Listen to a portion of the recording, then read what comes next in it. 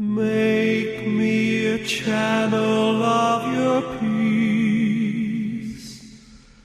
Where there's despair in life, let me bring hope. Where there is darkness, only light. And where there's sadness, ever joy.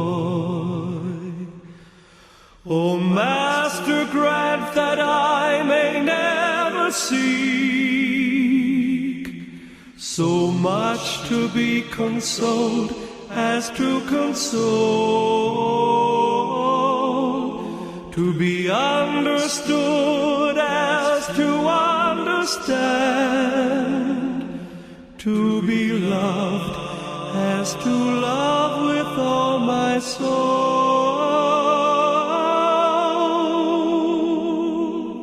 Make me a channel of your peace. It is in pardoning that we are pardoned, in giving to all men that we receive, and in dying that we're born to eternal life.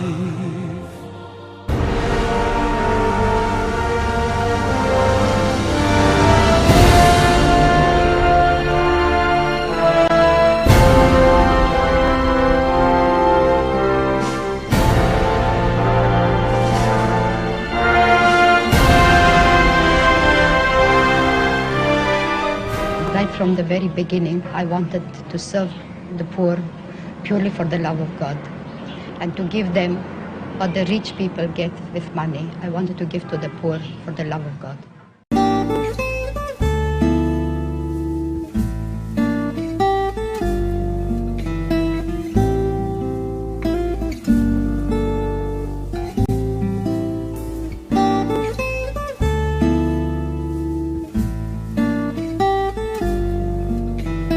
Good afternoon to you all, and a very warm welcome to our special guests, among them, of course, His Excellency, the Indian High Commissioner, Archbishop Patrick Dunn, Monsignor Ray Green, former parish priest here, and a warm welcome to members of the Consular Corps and to members of Parliament who have come to join us today.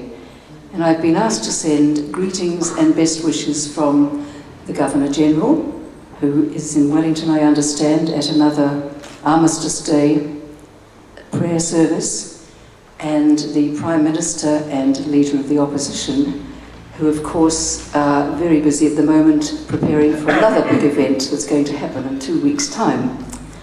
So without further ado, I'd like to invite our parish priest from here, Father Peter Tipene, to welcome you officially. Thank you.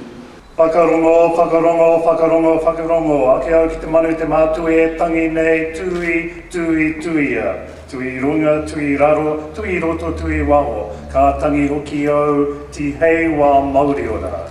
E ngā mana, e ngā reo, e ngā hau e whā, ko tai mai nei ki tēnei te wā, ki te whakamaharatanga, ki te whaia tapu o tere heo Calcutta, me mihi nui ki au kouta katoa, nau mai, haere mai ki tēnei whare krakia o karaiti te ariki nui, no reira, tēnā koutou katoa. Me mihi nui ki te hepara tapu o Tāmaki Makaurau, Pihopa Patriki Dan, mihi ki a koe pā, tēnā koe. Ko tō whakaritenga o Inia, Your Excellency, Suresh Mehta, me mihi nui kia koe, me tō whānau whanui, tēnā koutou, nau mai, haere mai. E rau rangatira mā, ngā pirihi, ngā prata, ngā whaia tapu, te iwi katoa, tēnā koutou, nau mai, haere mai. Most Reverend Bishop Patrick Dunn, Your Excellency and your wife and family, religious leaders and representatives, the missionaries of charity, the sisters founded by Mother Teresa, members of the diplomatic corps, distinguished guests, ladies and gentlemen, I welcome you on behalf of Monsignor Ray Green, our Pastor Emeritus here, and the parish family of Christ the King o Wairaka, to celebrate this time of interfaith dialogue on the life of Mother Teresa of Calcutta. It's a great pleasure to welcome you all here this afternoon for a time of sharing, a time of remembering. So on our behalf, no mai, haere mai, ki tēnei wharekrakia. Welcome to the sacred place for this time of sacred sharing, in dialogue, in love and in peace, remembering Mother Teresa of Calcutta.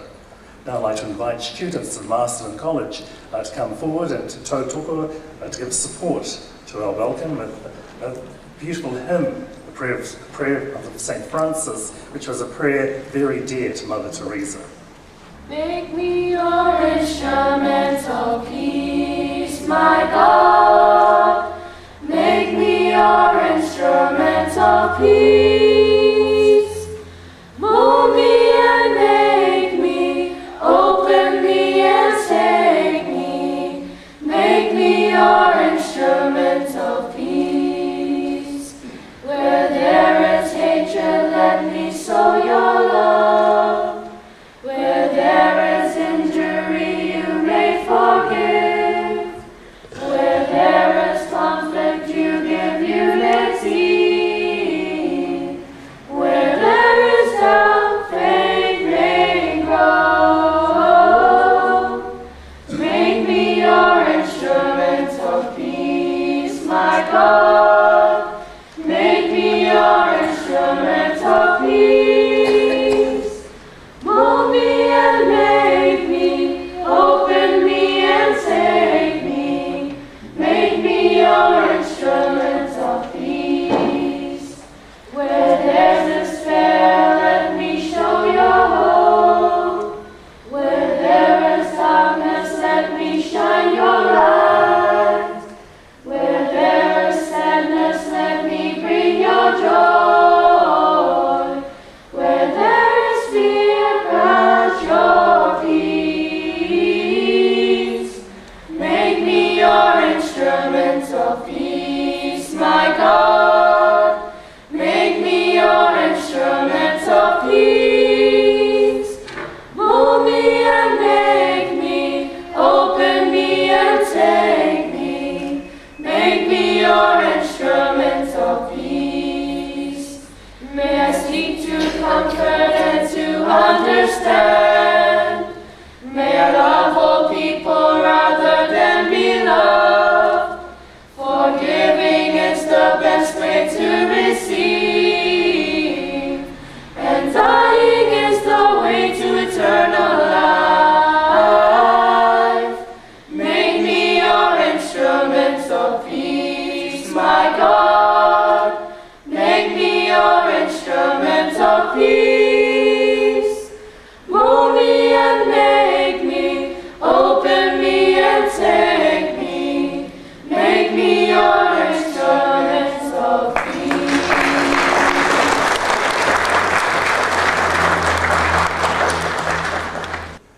His Excellency Admiral Suresh Mehta, Mrs. Mehta, Daughter Sangeeta, Most Reverend Bishop Patrick Dunn, Bishop of Auckland, members of the Parliament, Dr. Rajan Prasad, Jackie Blue, David Shear, members of the Diplomatic Corps, leaders of communities, leaders of faith communities, leaders of political parties, and my distinguished and respected colleagues in the committee and distinguished friends.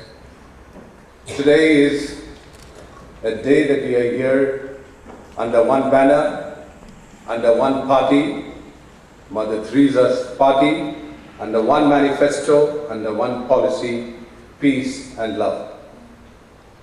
Friends, and that this party is the party that is going to break all barriers.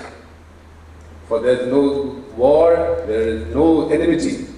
That's what Mother Teresa stood and preached for.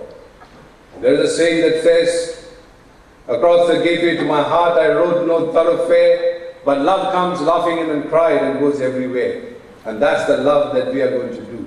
We are going to break all walls, all barriers of hatred, enmity. But that love can only spread, friends, with peace. And that peace can come first to the community, to the home, only if we have peace within ourselves. And that's what Mother Teresa did. She spent a lot of time in prayer. I'm sure today she's very happy because it is in the chapel, as in the church, that she spent time praying. And to see all brothers and sisters of different faith coming to the place that she most revered and spending time, what a great joy for her. So let's get that peace first in ourselves, in our homes, in our community, and radiate that love. Friends, last year, 3 of us met and were discussing over lunch. And many of you know that many business decisions are made over lunch and in the golf course rather than the boardroom. We come to the boardroom to get it ratified. Friends, we discussed how do we reach out to the wider community. And we said there's only one person who can bring all this together, and that is Mother Teresa of Calcutta. And that's how we said, this is a centenary year, the United States of America, many countries are celebrating, why not New Zealand? That seed that was planted drew such a great response that we said, the committee met and said, we will make this as an annual feature, an annual lecture, a legacy that we can leave behind for generations to come to promote that peace and to promote that love. And therefore, the committee decided that this will be an annual feature, and the cause that we would like to support is none other than the congregation of Mother Teresa, the sisters here. While they do the spiritual work, they carry on the work of Mother Teresa of reaching out to many homes where they need of peace and love and the touch of love that is required. So friends, with these few words, I recall what Shakespeare said, some are born great, some achieve greatness, and some have greatness thrust upon them. And friends, the greatness has been thrust upon each one of us today to carry out that peace and that love which Mother Teresa of Calcutta stood for. Thank you and welcome, and God bless.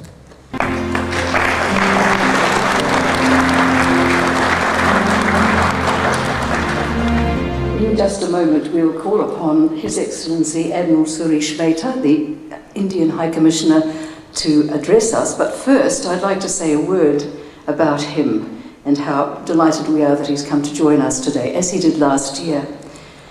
Before he came to New Zealand, His Excellency had a most distinguished military background which spanned over 40 years. He became Chief of the Naval Staff in India in 2006 and became Chief of the Defence Staff in 2008.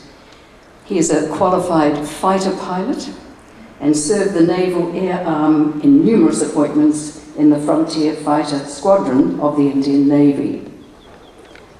Shortly after relinquishing the command of the Indian Navy and the post of Chairman of the Chiefs of Staff Committee, Admiral Suresh Mehta was appointed Indian High Commissioner to New Zealand in 2009.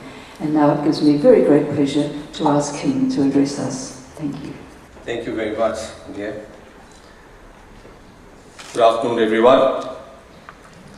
Bishop Patrick Dunn, Monsignor Ray Green, Father Peter Lipari, members of Parliament, diplomatic corps, and all the lovely people sitting over here today. Let me say how delighted I am to be amongst you today to attend this interfaith gathering devoted to Mother Teresa, a living saint of our times who devoted her entire life to the service of humanity. On this special occasion of the celebration of her centennial year, my compliments go to the dedicated organizers for gathering us all here today, for taking up a theme of such great significance in today's world, love and peace. There can be no doubt that Mother Teresa has been one of the most important peace heroes of the 20th century. Many have focused on bringing peace by political means, both violent and non-violent. And as you just heard, I was on one side of that line some time back, and today I am trying to speak to you from the other side. While these means may bring temporary relief, they only treat the symptoms of violence. Mother Teresa addressed the root of all violence, which is the human heart. She believed in active peacemaking and taught that works of love are works of peace. Our power came from three things: a radical understanding of peace, unwavering devotion to victims of all types of violence, and a beautiful example of her own life. As we all know, the human race is artificially divided by many man-made distinctions, such as race, ethnicity, color, language, nationality, ideology, and then the most emotive of them all, religion. Sadly, more people have been killed in religious conflicts and battles than in wars. So there is great need to bridge this social, religious, and civilizational gaps amongst human beings so that they can come closer to each other and understand the other creeds and religions. Throughout the history of mankind, religion has played an important role in politics, in international relations, and it has been used, or shall I say misused, to achieve political and imperial ambitions by many rulers. Religion is expected to teach ethics, good character, virtues and values, and ought to unite people.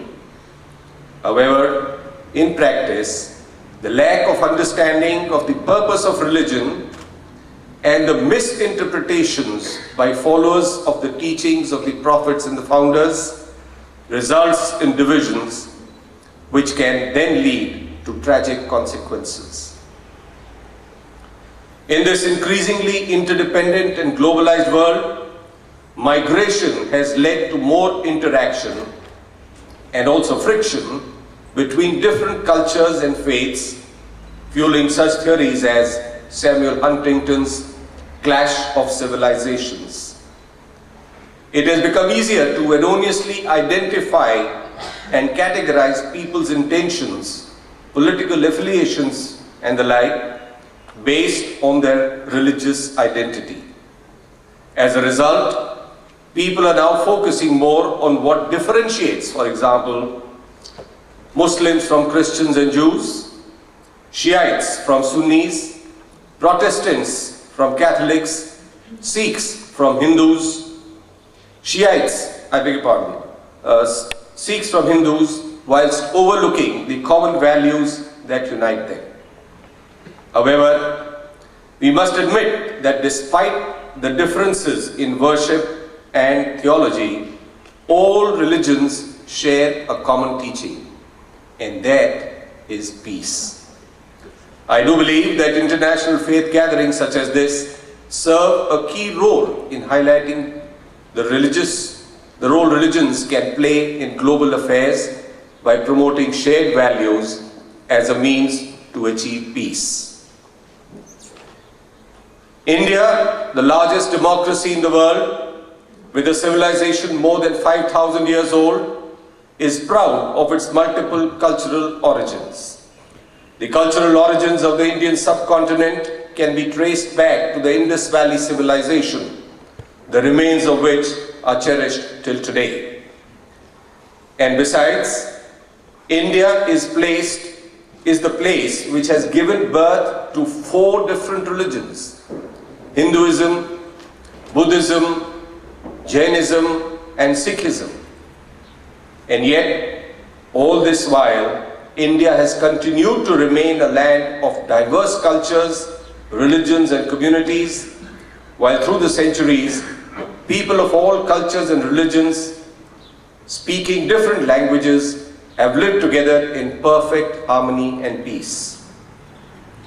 Undoubtedly, there is a great diversity in our traditions, manners, habits, tastes, customs, and so on, depending upon which region of the country one comes from. Though we speak different languages, unity in diversity has been the distinctive feature of our culture. To live peacefully has been our motto, and this is the motto which helped us to achieve independence. As history tells us, there was active participation from people of different castes and religions. People from different backgrounds and cultures participated in India's struggle for freedom. The national leaders, in particular Mahatma Gandhi, Jawaharlal Nehru, Maulana Azad and Subhash Chandra Bose, had coined the slogan, "Unity in Diversity." There are numerous others who were also involved, and be they Hindu, Muslim, Buddhist, Jain or Sikh, they all worked shoulder to shoulder with their single identity, Indian.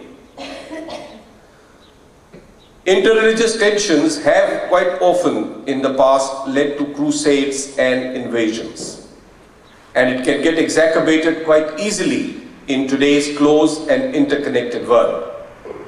We must obviously resolve these issues, and I think India provides a good example where we have had a number of religions over the past thousands of years.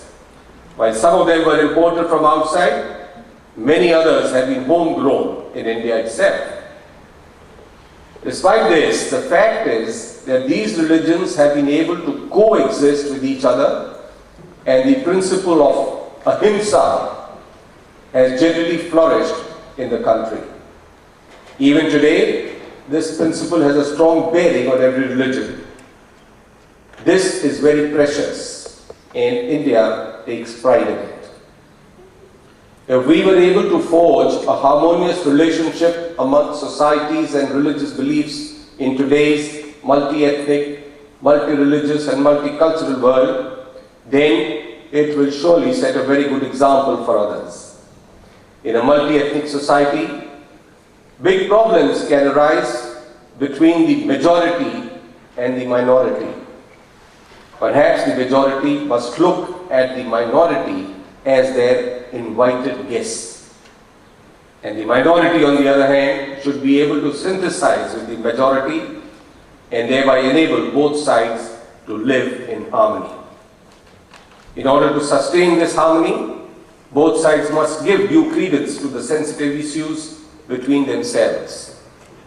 Indeed, the majority should pay attention to and appreciate the views and opinions of the minority through open dialogue. And at the same time, the minority should be conscious of the issues sensitive to the majority, promote harmonious living, and coexist with suspicion. Many of the problems that civilized society faces today in different parts of the world arise from want of political, economic, or social justice. Prolonged delays in finding amicable and just settlement of outstanding disputes, or acceptance in the real sense of the rights to sovereign equity and equality of all nations, irrespective of their size, economic strength, or population. Further, the lack of uniform implementation of international law and other human rights instruments, leading to recurring sense of injustice, also leads to alienation and isolation in different social and religious segments of humanity. As such, many parts of the world are badly gripped by unabated acts of violence, militancy, and terrorism. And the most unfortunate part of this violence is that all acts of omission and commission are being acted upon in the garb of religion and the dictates of the self-proclaimed saviors of faith. Innocent lives of men, women, and children have been targeted, and the gulf between different sections of world societies is constantly on the increase. In these circumstances, it must be understood that to attain ultimate peace in the world, the self-created yawning gulf between Muslims, Christians, Jews, Buddhists, Hindus, and other faiths must be bridged, and this can only be done through dialogue. In the words of Mother Teresa, I have never found a problem with people from different religions praying together. What I have found is that people are just hungry for God. And be they Christian or Muslim, we invite them to pray with us. Mother Teresa has left behind an extraordinary legacy. Her more than 4,000 priests and brothers and at least 100,000 co-workers continue to show love in action throughout the world.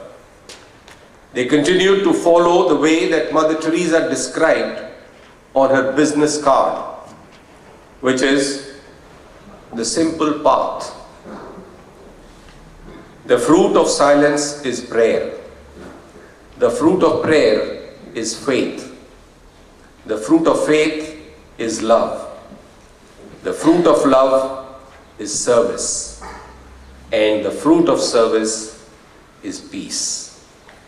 So in the end, let us all pray to the Lord of the universe to give us wisdom and competence to follow the path of peace and progress of all peoples. Thank you.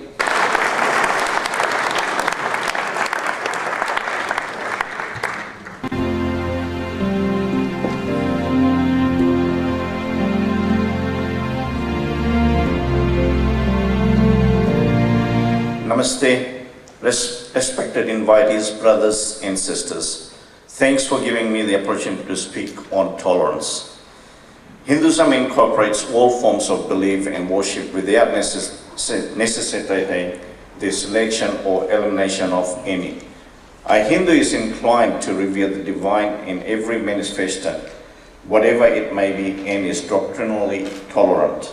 A Hindu may embrace a non-Hindu religion without ceasing to be a Hindu. He tends to believe that the highest divine powers complement each other for the well-being of the world and the mankind.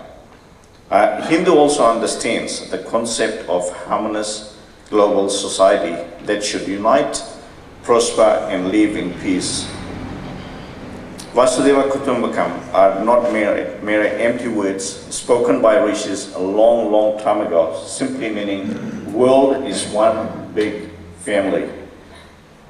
The mother freedom was born with the Rig Veda. Rig Veda is the most sacred scriptures of the Hindus. Freedom of the mind created the wondrous world of the intellect. The world of Hindus, rishis, philosophers, poets, and dramatists. India has had an unrivaled tradition of religious freedom and tolerance. That tradition was born of the consciousness that truth can never be the monopoly of any one sect or creed. Mother Teresa throughout her life to save the society, and that to in a foreign country like India is a true example of tolerance. To finish off, I would like to just give a very simple example of tolerance. Fights erupted soon after India's independence among Muslims and Hindus. A Hindu father's son was killed by a Muslim man.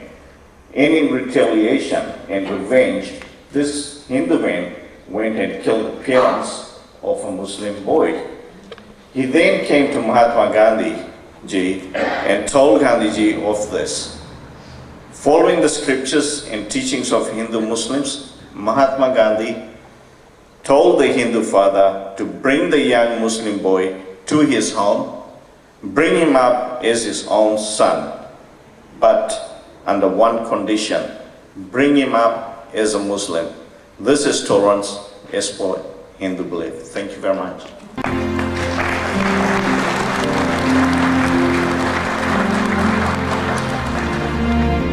Bismillah ar-Rahman ar-Rahim. Begin in the name of God, most gracious, most merciful. His Excellency Admiral Suresh Mehta, the High Commissioner of India, Bishop Patrick Dunn, Members of Parliament, my fellow colleagues of interfaith community, and distinguished guests, it is an honor to speak this afternoon, particularly in reference to the tremendous work, the humanitarian work which has been done by Mother Teresa. I was asked to speak a few words about harmony, and I'm going to stick to that theme. harmony in Islam is defined in two ways. And I think that is defined in most of the religions in two ways. And that is the harmony within yourselves. When you have harmony within yourselves, then you can create the environment which is peaceful and respectful. The other is the external harmony. Within yourself, when Islam talks about, it talks about your belief, your family. Those are the two components which you have to look after. It's very personal, but making sure that you ensure that the obligations and responsibility towards your family, you are meeting that to the extent which you are expected to. Once you do so, you will have a happy environment, an environment with which you will be feeling comfortable and confident, and would be able to then move beyond and contribute to the external harmony, which relates to your next door neighbors. It starts from there, then to the community, then the country. That's the sphere in which you have to treat the harmony. Not only the harmony with the people, but harmony with the environment, with the surroundings, with the resources which you have been given to. Do not be wasteful in using what God has provided you. So within two minutes to summarize that the internal harmony provides the fuel for the external harmony. And with the combination of those two, we can develop a peaceful word, a harmonious word, a word which is together, and then we can use our energy for positive things. Relating to the work which has been done by Mother Teresa, I remember the lines which said that not how much you do, but it matters how you do it, to especially whom you are helping, whom you are supporting, whom you are trying to create a better life for. So with those words, I think if we do, not only in our own surroundings, internationally, we can create a harmony and more respectful world around us, and we will be better for it. Thank you very much.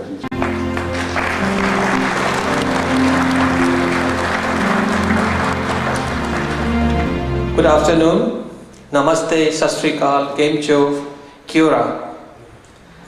Our chief guest of this afternoon, His Excellency, Indian High Commissioner to New Zealand, Bishop Peter Dunn, honorable members of the Parliament, distinguished guests, ladies and gentlemen, boys and girls, and media.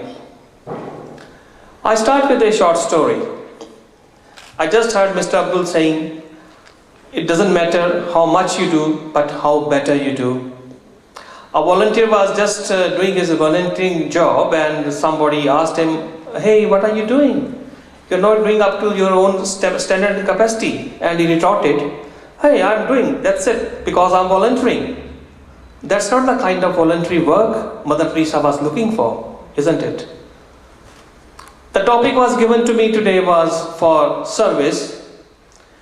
In Hindi or in Punjabi we call it seva.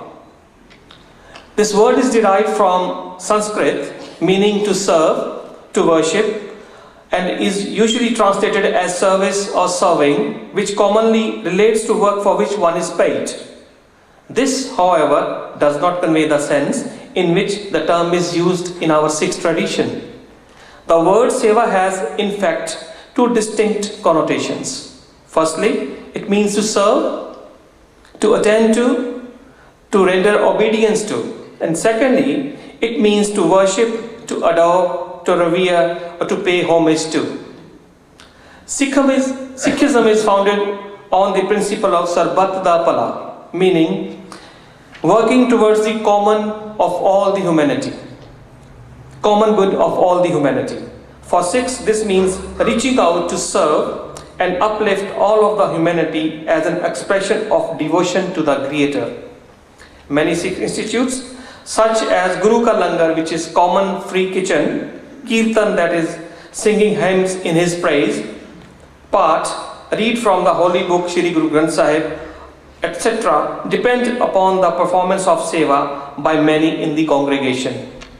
So the principles of seva underpin many Sikh values, such as the importance given to seva in Sikhism. All Sikhs are encouraged by their Guru to perform seva or the selfless service, that is Nishkam Seva. This is not only good for community relations, but is also good for the moral uplifting of the people. You will find Sikhs engaged in free service in Gurudwaras, washing dishes, cleaning the floors, cooking and serving the food, etc., etc. Sikhs are also encouraged to help the community by performing unpaid work in hospitals, old people's homes, community centers, and the volunteers engaged in such kind of seva are referred to as sevadars. This point is highlighted by the Guru in many places in Guru Granth Sahib Ji. The text explains the spiritual benefits of doing seva and the ways in which one should perform it, focusing on the state of mind when he is performing the seva. The importance of selfless seva is highlighted by the Guruji in this verse of Guru Granth Sahib. Seva kart hoy nehe kami, tiska hot prapat swami. One who performs selfless service without thought of reward shall attain his Lord or the Master. Guru tells the followers that peace can be obtained through seva. Sukh hove sev kamaniya. You shall find peace doing seva. Doing seva brings its own tranquility and serenity, which you cannot find in doing anything else. Three things are necessary to obtain salvation and liberty, and they are to perform seva, to follow Guru Bani, and to do the Simran. Kar seva paj har har gurmat. Do seva, follow the Guru's teachings, and vibrate on the Lord's name, har har har, that is the Lord. Finally, in the following verse, the Guru informs the devotee that performing seva in correct fashion will bring you honor in the Lord's court. Thus, which duniya sev kamaiye, ta dargah baisan paiye. In the midst of this world, do seva, and you shall be given a place of honor in the court of the Lord. In fact, in Sikhism, no worship is conceivable without seva. The Sikh is forbidden from serving anyone apart from God. Serve you the Lord alone, none else must you serve. However, this also means that whomsoever we serve, we are really serving our Lord through him or her. Therefore, it becomes incumbent upon the Sikh to render seva with the highest sense of duty, since thereby he or she is worshipping the Lord. Thank you so much, and have a wonderful day.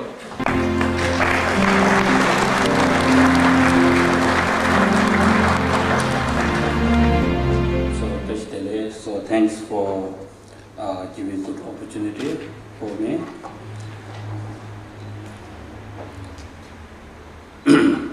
Peace is a word commonly in use by all religions, and each religion teaches us how to be happy and peaceful in one's life.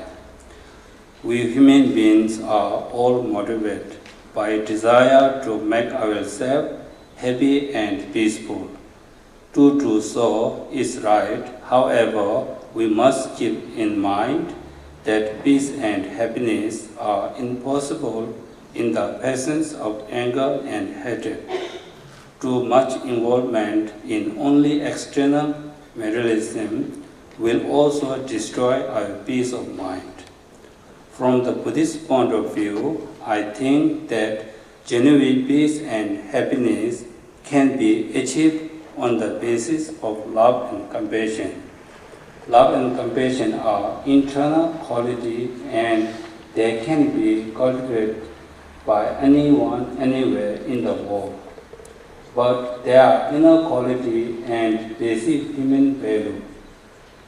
One doesn't even need to follow a religion to generate those true human value. Where there's unconditional love and compassion, there will be peace and happiness. And in the long run, those two inner qualities are the source of world peace, and so we should always keep this in mind at all times and try to develop them for the peace and happiness of both self and others. Thank you.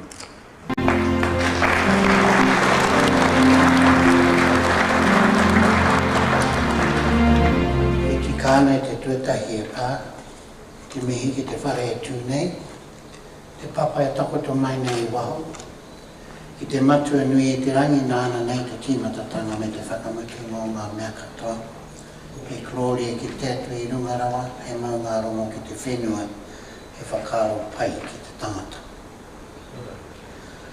Ka mihi kia koe, ka mihi kia tō tātou pihopa, tēnā koe. Ki te rangatira haere mai nei i tā wāhi, e manuhiri tūārani, High Commissioner, Your Excellency, tēnā koe. Ka mihi hoki kia koutou katoa, e ngā reo, e ngā mana, e ngā waka.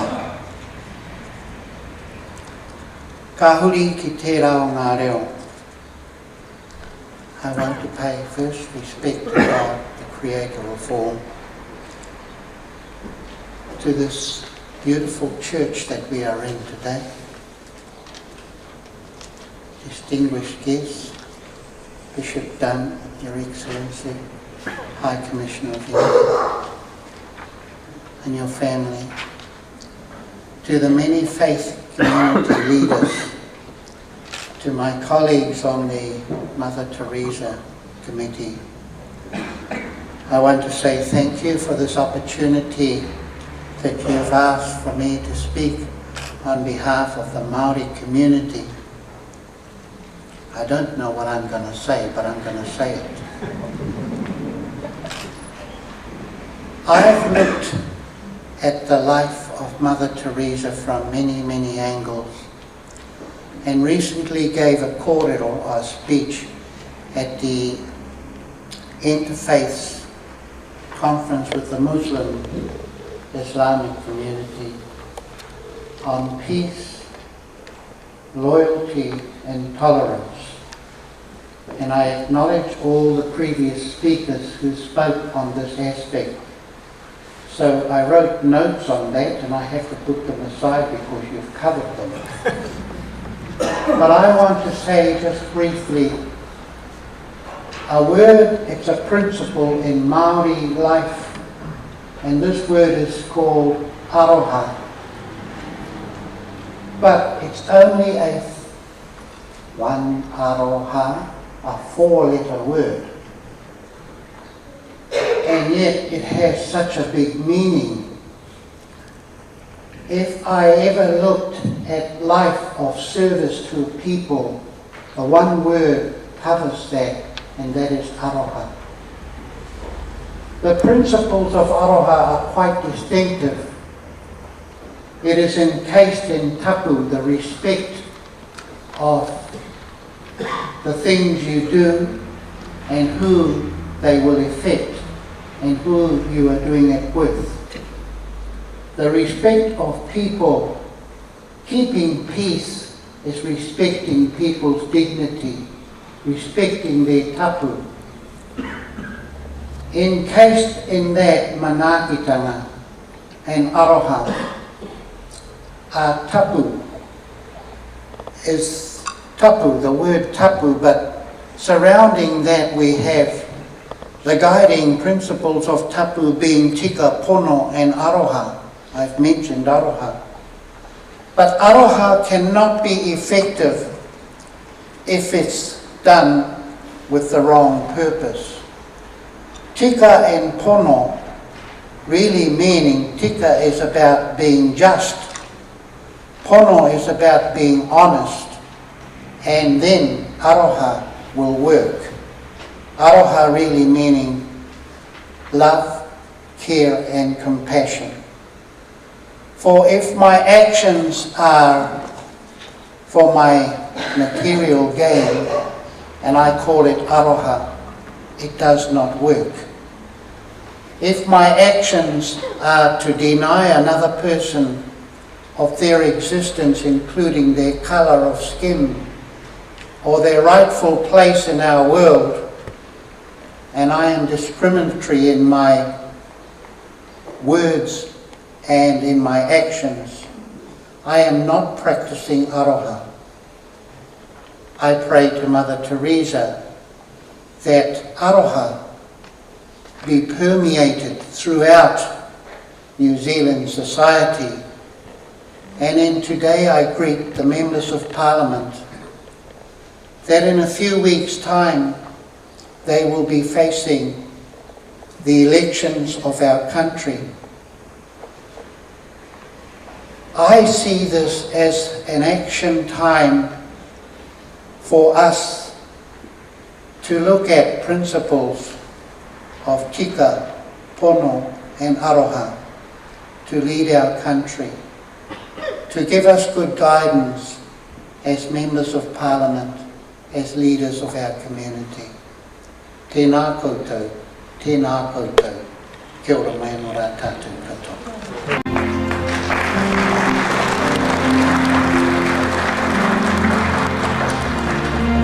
Good afternoon, everyone. I'm thankful for the opportunity given to me to speak on mutual understanding according to the Zoroastrian faith. As in all the religions, Zoroastrianism also considers man to be God's highest creation.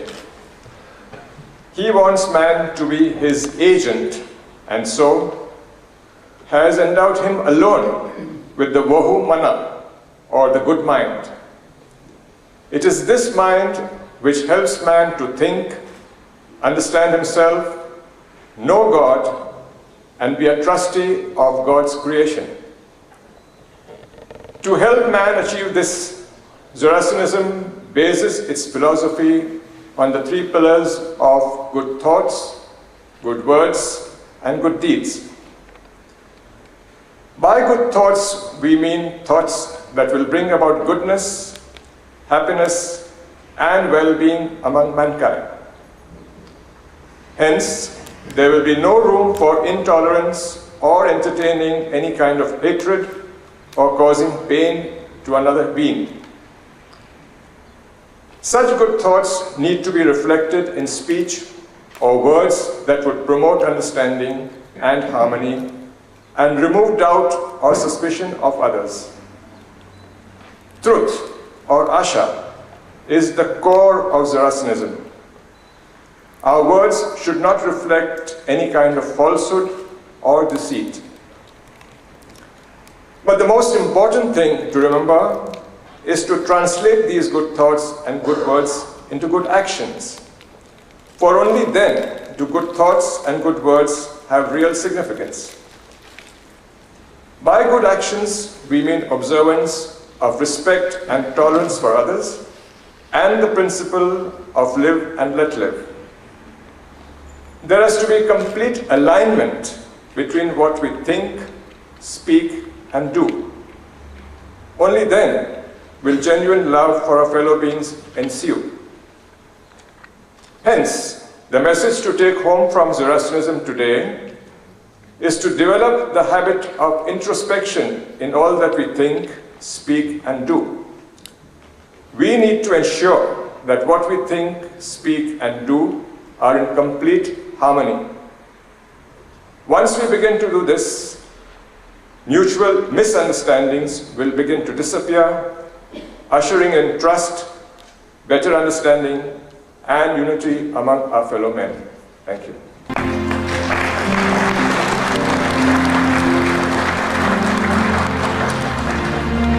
Shalom. It is a great honor and it is a great privilege to be able to speak for Mother Teresa today and on this occasion. And I thank especially for Patricia for inviting me. One of the greatest messages that Mother Teresa has given us is the message of love. And I wanted to put it in the words of our great philosopher Ecclesiastes, and if I may read from him. If I speak in the tongues of men and of angels, but have not love, I'm only a resounding gong or a clanging cymbal. If I have the gift of prophecy and can fathom all mysteries and all knowledge, And if I have a faith that can move mountains, but have not love, I am nothing. If I give all I possess to the poor and surrender my body to the flames, but have not love, I gain nothing. Love is patient, love is kind. It does not envy, it does not boast. It is not easily angered. It keeps no record of wrong.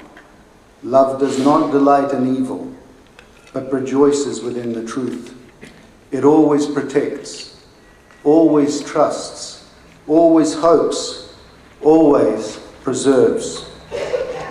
Mother Teresa, or Agnes as was her birth name, was a symbol of love, and as her name says, a flower of love. She was the embodiment of God's love in this world.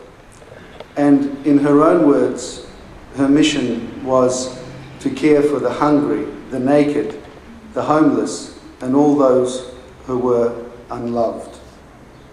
In all the world's religions, including the Jewish faith, God, or as we call him, Hashem, is the spirit of love. And Mother Teresa teaches us that love and compassion, not war and hate, are the birthright of mankind and the path to paradise. I want to leave with her words. Not all of us can do great things, but we can do small things with great love. Thank you.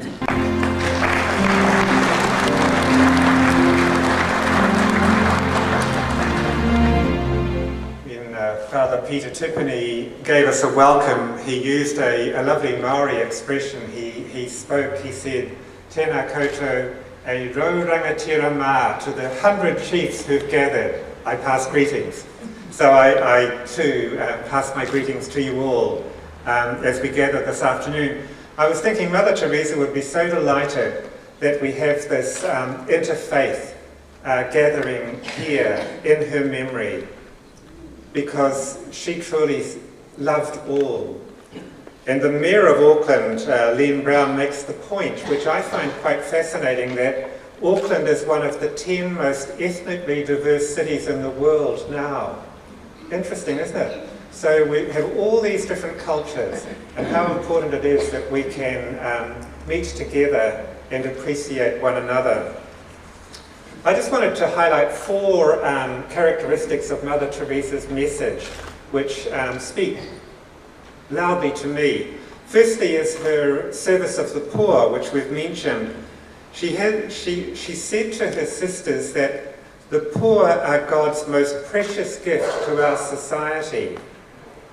Isn't that a strange thing to say? It's sort of so countercultural. What's so valuable about the poor? And yet, in some ways, that was a message of hope, because there's a sense in which we're all poor. And when Mother Teresa came to New Zealand, she said something that was jolted people. She said, when she came to New Zealand, and also when she's been to other developed countries, but she said, never in India have I seen such poverty as I see here. And she was talking about the poverty of loneliness, or the sort of a human poverty, just maybe lack of health, lack of friends, lack of success, a sense of failure. And yet her message was that we're still precious in the eyes of God, that we shouldn't put ourselves down, that Mother Teresa, so that lovely phrase, the poor are God's most precious gift. And we're all part of it. The second characteristic from Mother Teresa's life that I find deeply moving was her huge generosity. That when she was 18 years old, she left home, and the generosity of her mother too. Her mother said, as she was leaving, she said, she kissed her and bade her farewell, and she said, put your hand in the hands of God and walk alone with him. She said, walk ahead, keep walking, keep moving ahead. Don't look back or you'll start walking backwards. And so, what generosity, how many parents would say that to an 18-year-old? put your hand in God's hand, keep walking ahead and don't look back because you'll start moving backwards. And Mother Teresa had that huge sense of generosity. When she was 22, she made a private vow that she would refuse God nothing. Nothing at all. Enormous generosity. Third characteristic, which I find very attractive, is her sense of joy. That she used to say that you couldn't be one of her followers unless you have a cheerful disposition. Because she said there's enough sadness around. She said, you've got to have she said, joy is a net of love by which we can save many souls, just to bring joy to people's lives. The fourth and final characteristic I just want to mention is her enormous faith. She was so countercultural. She said she wanted to refuse God nothing. And she said to her followers, she said that a saint is a resolute soul, that to live for God, it's a tough choice, it's a tough call.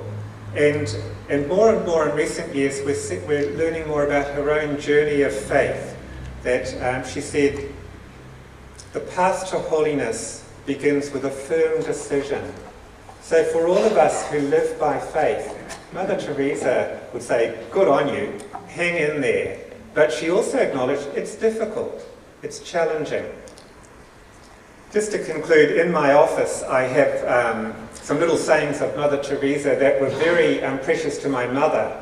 Mum loves them, and I have them in my office, and I find I'm looking at them quite often. You've probably seen it, it's that little reflection piece that goes, it doesn't matter, and I'll just read 3 of the lines. The person is unreasonable, illogical, and egocentric. It doesn't matter. Love him. Love her. The good you do today is forgotten tomorrow. It doesn't matter. Do the good. If you help people, they resent it. It doesn't matter. Help them. As one of our previous speakers said, for me, one of Mother Teresa's great legacy is that we can't do everything, but each of us can do something. She was often taunted about that, wasn't she? She said, helping the poor in India, and people would say, well, how's that going to, how can you help all the poor people in India? It's an impossible task. And Mother Teresa's frequent reply was, I can't help all the people, all the poor, everywhere in the world, but I can help this person here, now. The world can be changed through individual, random acts of kindness, which each of us can do.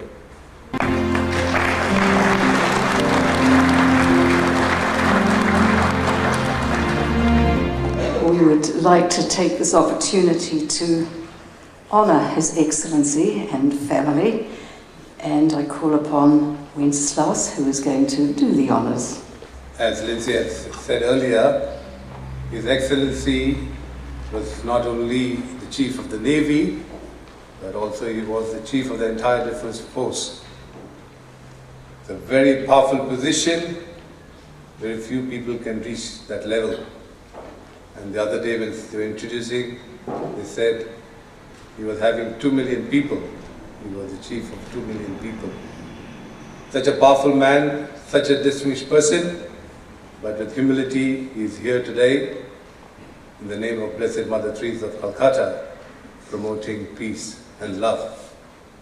When he came in 2009, his appeal was, I want to see all the Indian communities being united and being one. Your Excellency, now that you're going back next month with the term over, we have finished that task par excellence. Not only have you united the Indian community, you have united New Zealand, all faith and all community together in the name of Blessed Mother Teresa of Calcutta. You came here as an Indian High Commissioner to New Zealand. You are going back as an ambassador of New Zealand. May we stand and give him a standing ovation for this great person.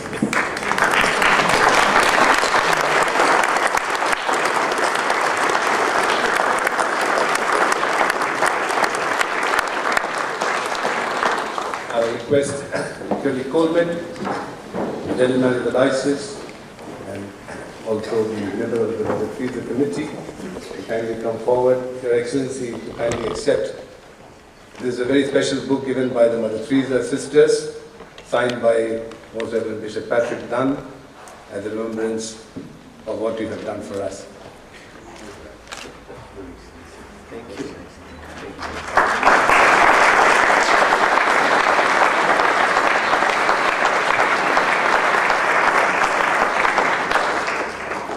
Sister Vinci also would like to give on behalf of the congregation.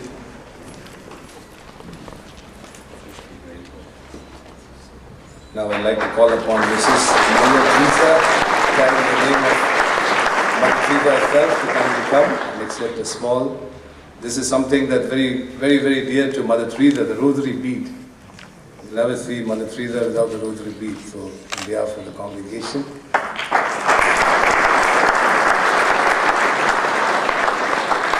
His Excellency's children also have the names of S. His son Samir is in Singapore, but his daughter Sangeeta is here. May we request Sangeeta to kindly come forward. And I request Patricia, who is the Honorary Consul General of Malta and member of the Mother Teresa Central Committee, to kindly give her a gift, again donated by Sister Vinci and the congregation.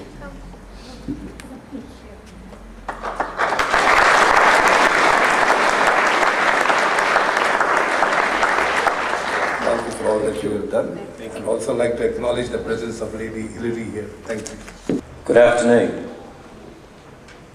I'm actually standing in for Mr. Warwick Wright, who at the last moment was not able to attend today. And there are always people and organisations that support such events. And on behalf of us all, and particularly the committee today, I just want to thank the following. Thanks are due to the ASB Bank, to Kalamazoo, to Media and Radio Tirana for the outreach, to Reverend Father Peter Tiffany and the Christ the King Parish, to Bishop Pat and the Diocesan Administration, to all the speakers from the various religious communities for their wonderful contributions and wisdom this afternoon, to the committee members, and to the good Lord for bringing us all together. Also importantly, we wish to thank the singers who opened today's event. And finally, and most importantly, we wish to acknowledge the good work of Mr. Wenceslaus Anthony. Wenceslaus is the chair of the Interfaith Committee, and all these events and committees require leadership and drive to achieve. And Wenceslaus, you have done that for us, so on behalf of us all here, and particularly the committee, we're indebted to you. Thank you.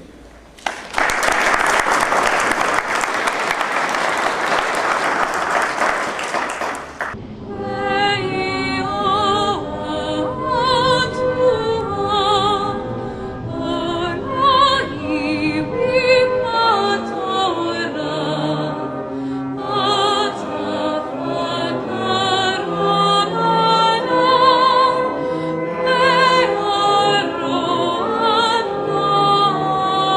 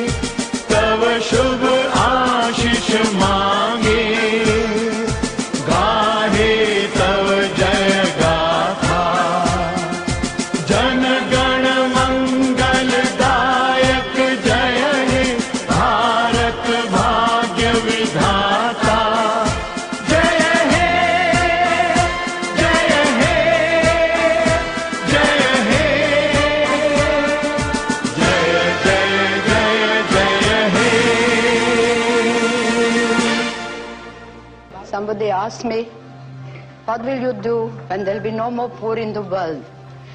And I said, we'll be unemployed.